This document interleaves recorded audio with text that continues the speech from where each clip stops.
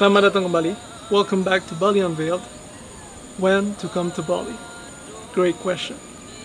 There are mainly two seasons in Bali, a wet season and a dry season. And it is pretty self-explanatory. Wet season, it rains all the time. Dry season, it never rains. First, the dry season. It is from April to October. It is way sunnier and you'll be able to do more outdoor activities, hiking, surfing, etc. Visit temples. And the wet season is from November to March. Rain almost every day, so it's a bit harder to navigate and to go outside, but you'll get some days where it's sunnier and you'll be able to do your activities.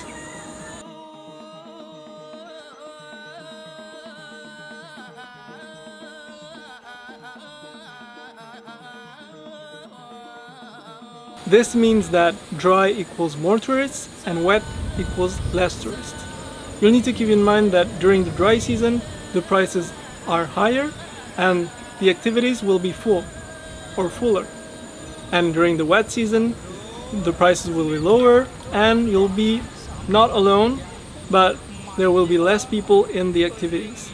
So there's a balance to think about, and I have no real recommendation because it is up to you to choose between more tourists or less tourists. Overall, throughout the year, the temperature is about 25 to 30 degrees Celsius. It is a bit hotter on the coast than in the interior of the island because it is more elevated, so cooler. You'll be able to keep a t-shirt, some shorts and some flip-flops throughout the day, except when it rains. You'll need a raincoat, of course, and you'll need a jacket maybe late at night, early in the morning, and when you go to the mountains and hike. One last thing to keep in mind before coming to Bali, it is that Bali is very rich culturally and they have festivities and ceremonies throughout the year. The biggest ones are Galungan and Kuningan, which happens around the same time, and it's early in the year, so around January, and in the middle of the year, so around August. The dates are not predefined because they use a lunar calendar, different calendar, and it's always changing, so you can check it out. Galungan and Kuningan. Those are major ceremonies. And I have a video on it, so check it out. It's in the playlist, Galungan. And then there's Nyepi, which is the Balinese New Year. It is a very interesting ceremony and festivity to take a part of because it is very unique.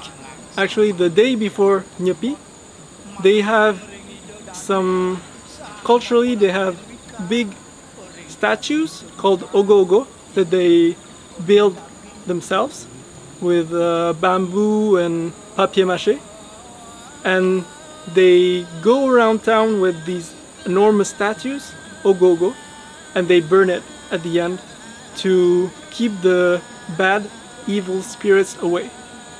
And the next day, it is Silence Day.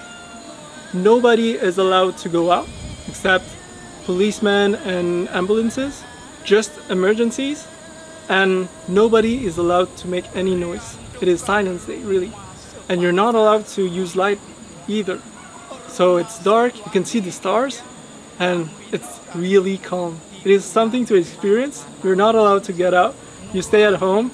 You can be with your friends or with family, and you just stay home and relax. And it is a very unique celebration. Terima kasih banyak. Thank you for listening. I hope that I helped you in your planning. And if it did, please like, subscribe, comment below when you're coming to Bali.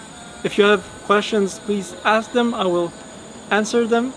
And I hope you enjoyed the video. See you in the next one.